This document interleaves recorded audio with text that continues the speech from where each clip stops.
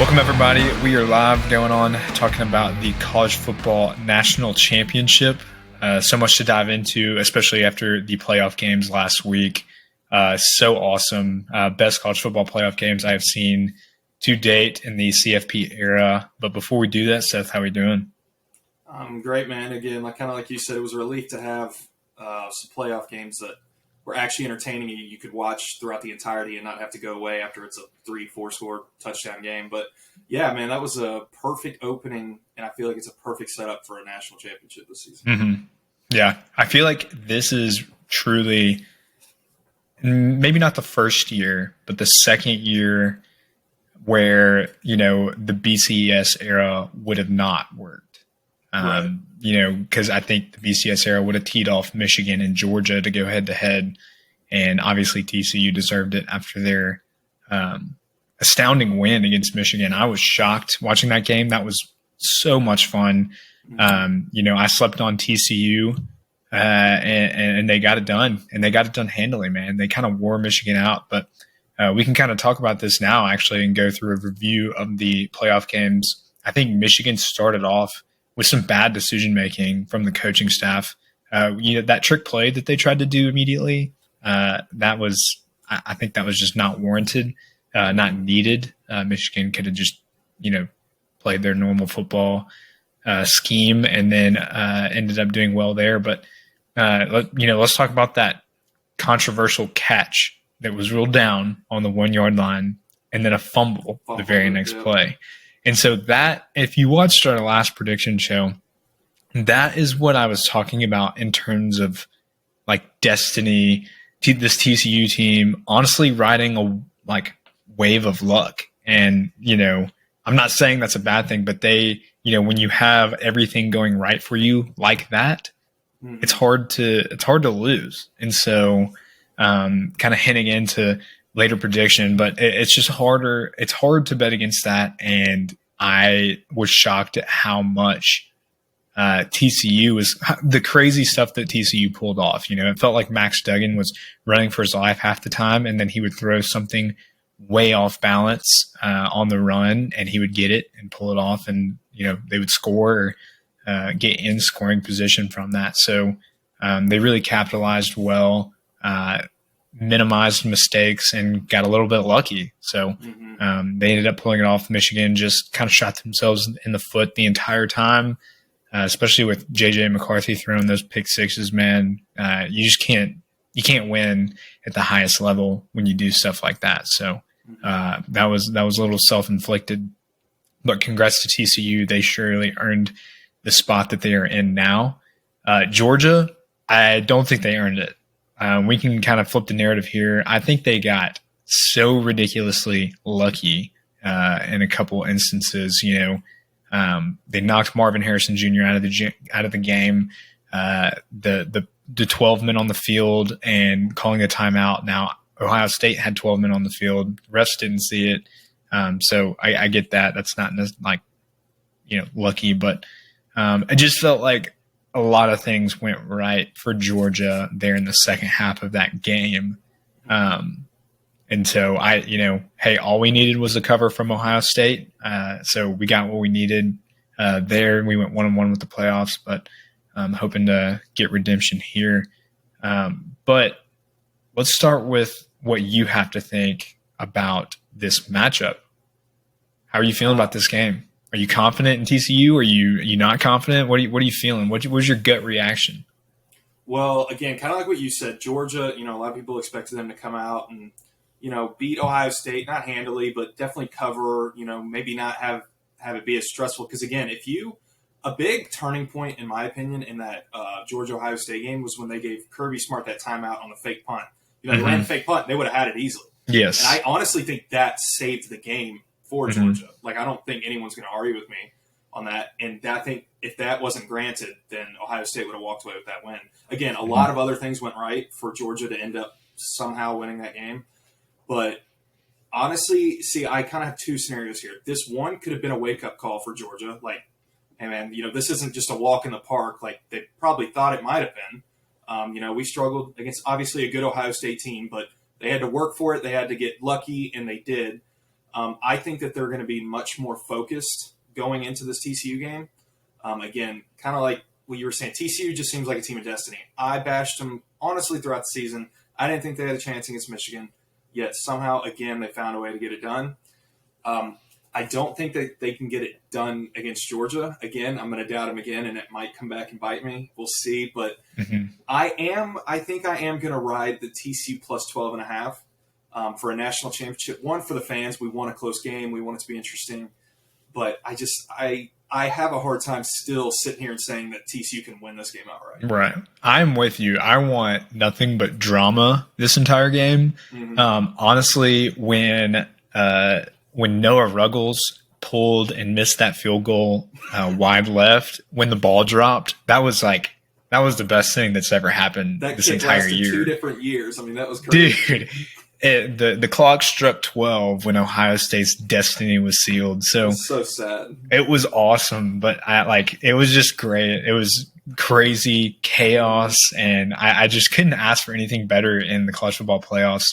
We have the Michigan TCU game where TCU just blows them out. Everything happens, and then JJ McCarthy's dad cops a little finger feel of his girlfriend in the stands. I don't know if anybody saw that, but I think everyone saw that. He got clowned pretty bad, so much deserved. What a clown! But yeah, man, I could not be happier with the outcomes of the playoff game. I was just glad that we had that. The playoff finally proved itself worthy of what it was built for.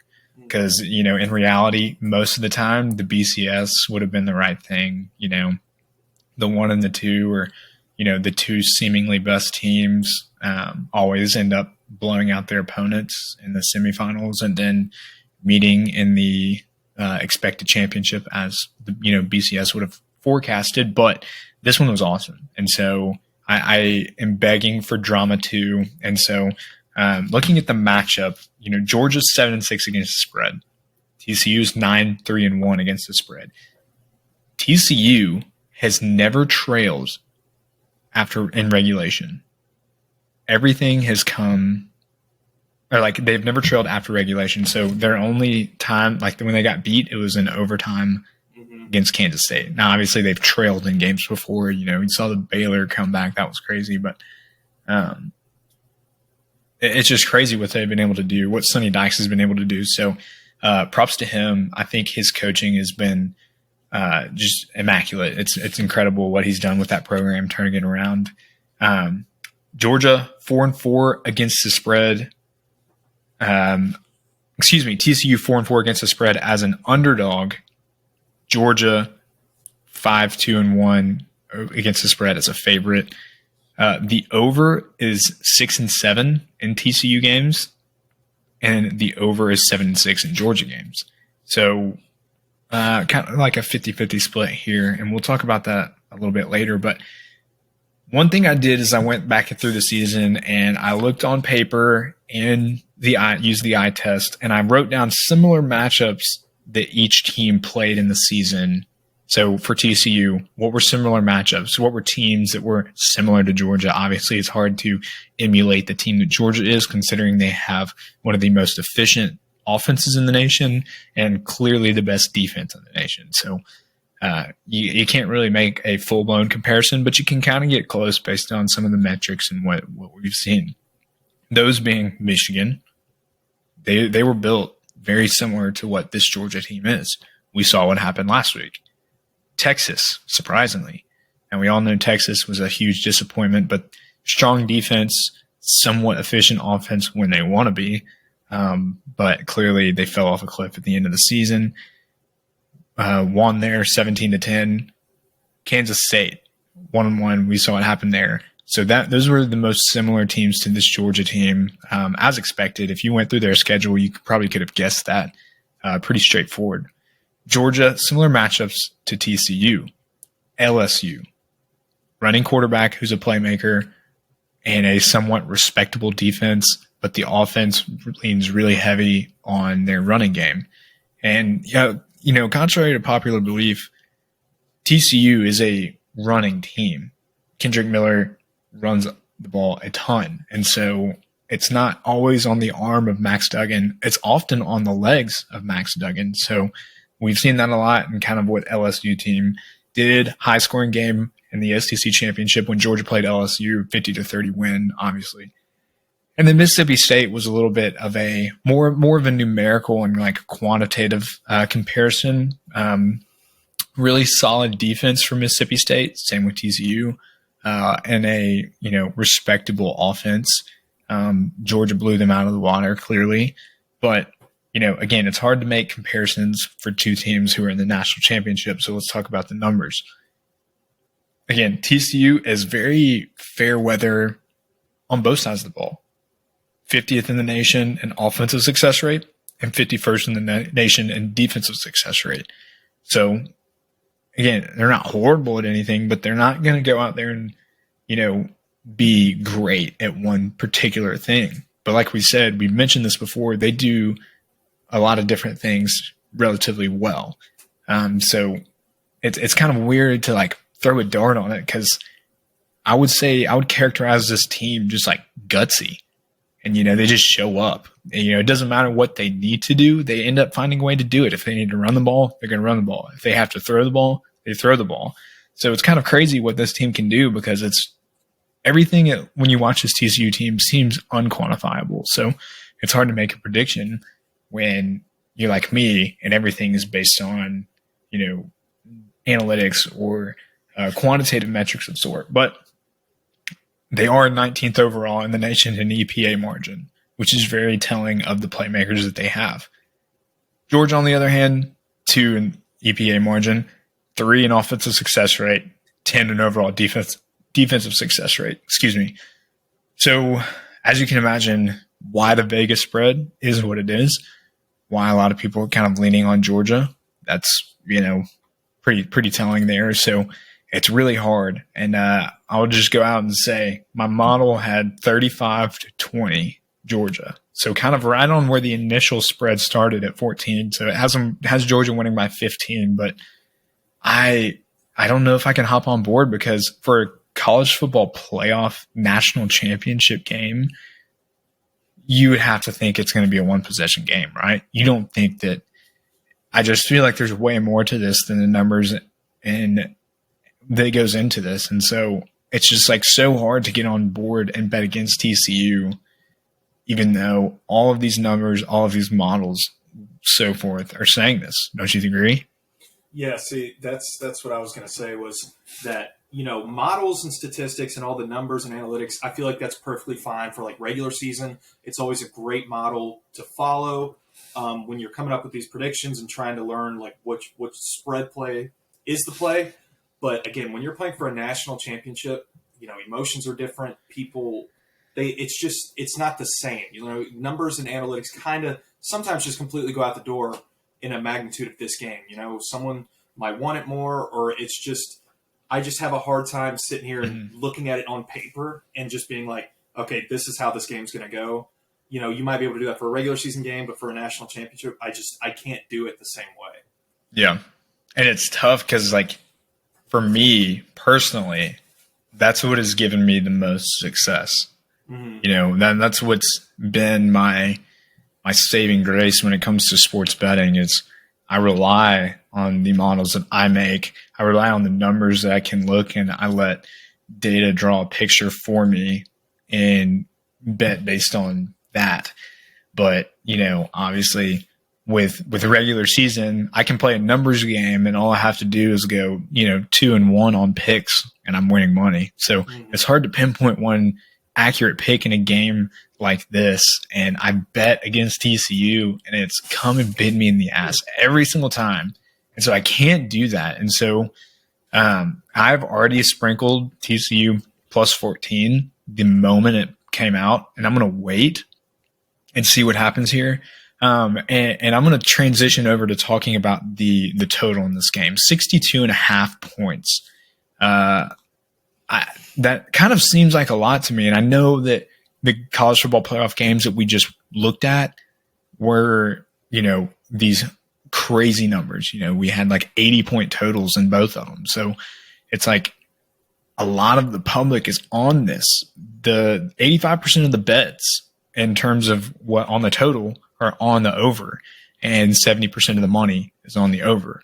So public is leaning heavy on the over in this game, but I'm kind of going to play contrarian to that. And I think the under might hit. I think that this game is honestly going to be a little slow starting, and it's going to be typical TCU fashion where TCU ends up playing hero ball at the end and making some crazy comeback. But, I can see this game ending like 30-23 or 30-27 and still clearing the under. When Georgia, the way that they play, if they're not down, like we saw last week, if they're not losing, they like to get up and comfortably run the ball, grind it out, run the clock out, and try and get that game over with. And TCU, it's funny because even myself, I've watched a ton of TCU games, and for some reason I have this narrative of like they're so explosive and fast paced, but they're really not. They run the ball quite a bit, and they're grinders when they need to be too. So I think the under might be a good play here if it hikes up anymore due to the public number that's on it.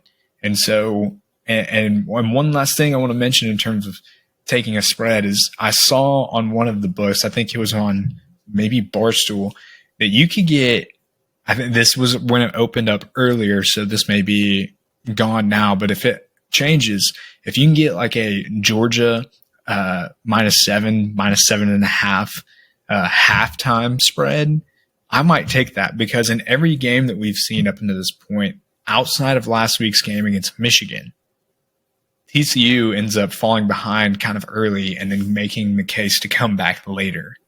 And so I think that might be a good play where they go into halftime, like Georgia is winning by like 14-7 or something like that. And so I can see that more so in the realm of possibility than like the end of the game spread.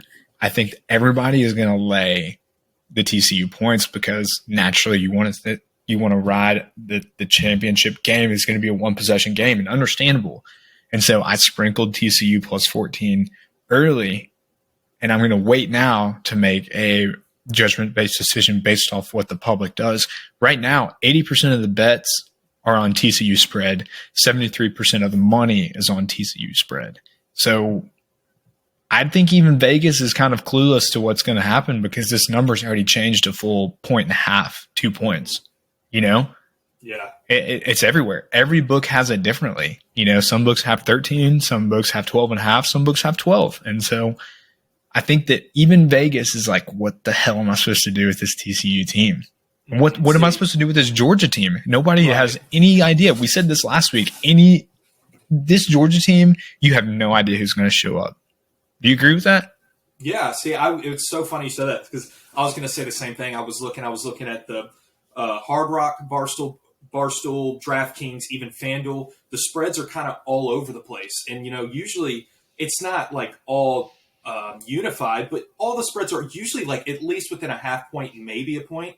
At one point, I saw, I don't remember which two books it was, but it was like a 2-point difference for a national championship game. So I think you said it perfectly to where Vegas isn't even exactly sure what's going to happen, and I feel like as a bettor, that's actually good because, you're always leaning one way because if you're like, oh, if Vegas thinks this is going to happen, I probably should go this way. But I feel like this opens the door for a very exciting game, and it makes me happy that I don't really have I'm not being pushed one way necessarily by the sports books. You know what I mean? It's kind of us just making our own pick. Does that make sense? Exactly. Yeah, exactly. I agree. I mean, this is one of the only times where I've seen FanDuel and DraftKings like a full point difference. Right. It's not common. They're normally right on par or half a point in terms of difference in whatever they have opening spread. So this is crazy. And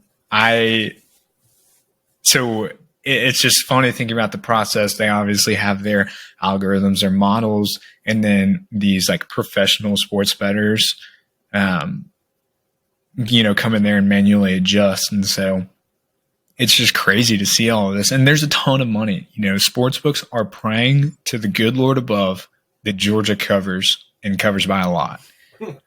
Because if not, then they're out of a ton of money. And so the numbers that are coming in on this national championship game are going to break a couple records, I feel like, because of all of the new sports books that are open. Just all open the in new Ohio, I think, right? Yeah, So I mean, it's stretching. Yeah, so this is one of those where it's like you sit tight and wait and see what happens, because the sports books are going to have to do something, and you just have to play along and take it with it. And right now I'm sprinkling in on TCU plus 14 because I'm like, a full 2-possession game in the college football playoff, I don't buy into that, and I'm not letting TCU burn me once again. But if I'm a flip over to the contrary, Georgia can do it. They definitely can, absolutely show up and beat this TCU team by 3 touchdowns. It's well within their range of capabilities. And so I can't sit here and I'm not going to like ride, one side or the other really, really hard, because it's not true. I am more on Georgia halftime spread if you can get it below 7.5. And then I am on the under in this game, especially if it rises up. I think that, with 2 inflated totals from the semifinals games, I think that this game is going to be projected more to end in more of a dogfight, no pun intended, but I think it really will. I'm going to lay more of the under. I think that's kind of a smooth play. But yeah, I am really looking forward to this game. I'm so excited. Absolutely. Also, talking about the over-under again, don't listen to me on this. I'm just giving input. Over-unders are not my friend. I always seem to, if I take the over, the under hits. If I take the under, the over hits.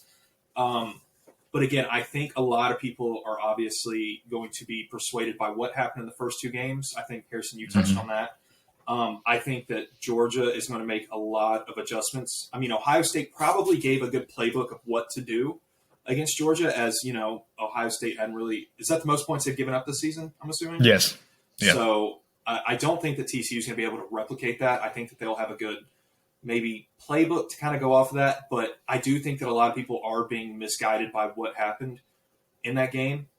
Again, I'm not giving an official pick, but I also do like the under here, and I think that there's a lot of value in it. Even if, like, one of my things that I like to do is parlay, like, I'll give myself extra points on the over or the under, and then I'll take a couple points from the spread. So, I forgot, what's the term for that? Is there a term for that? What? Parlaying and alternate, like, buying points? Like 2 alternate lines. Well, like a 2-way buy? Yeah. So that's what I'm thinking about doing. And again, if we do anything official, we'll post it on the Twitter. But again, I'm just saying recency bias. Don't throw a lot of money on the over. That's just kind of my input. But yeah, that's all I wanted to put in. Yeah, and I'll end it with this too. And there will be recency bias. It is hell of a drug. Ohio State was the team that was built to play and really beat Georgia. And I don't believe that in anybody other than Ohio State, because I don't, Michigan, great team, but they weren't built to beat Georgia. They weren't. Only CJ Stroud's elite passing capabilities could handle that Georgia defense. And he did. He picked them apart. Georgia's front and their box are unreal, but their corners outside of Kaylee, a little more susceptible to letting up a few of the big plays go. And we saw CJ Stroud pick them apart. Can Max Duggan do it? And maybe, but I think it's going to have to be some late game heroics, maybe. But I don't know. If Kendre Miller isn't healthy either, they might be in trouble, because he really is like such a big focal point to this offense in terms of the run game. Quentin Johnson is obviously a stud receiver for Max Duggan, and I think he can help pick apart this secondary. But the issue is there somebody else that can open up the availability of Quentin Johnson? I don't know. Still, again, though, we've seen TCU prove us wrong over and over and over. So that's why I sprinkled 14. But I love the under. I love the Georgia halftime play. And I love the idea of buying points, like a TCU plus 17 and over under 67 parlayed for, like a 2-to-1 odd. Yeah. I'm with you. So that wraps it up for me, man. You got anything else? Nope. Official play for me. I am going to do the buy the points with the over-under and spread, but I'm not doing that officially. That'll probably be on Twitter later. But even now, I am taking TCU plus 12.5. I believe that's on DraftKings. It is 12.5. So FanDuel 13.5. Okay, FanDuel. Then I might take it on FanDuel. Let's go with FanDuel 13.5. Go Frogs! All right, I love it. Again, last word of advice: wait and see what the public does too. You can bet now and then sprinkle later, or sprinkle now, bet later, but use those to your advantage. Best piece of advice I had as a sports bettor, and I use it every day. So that being said, appreciate you guys listening. Talk to you guys next week.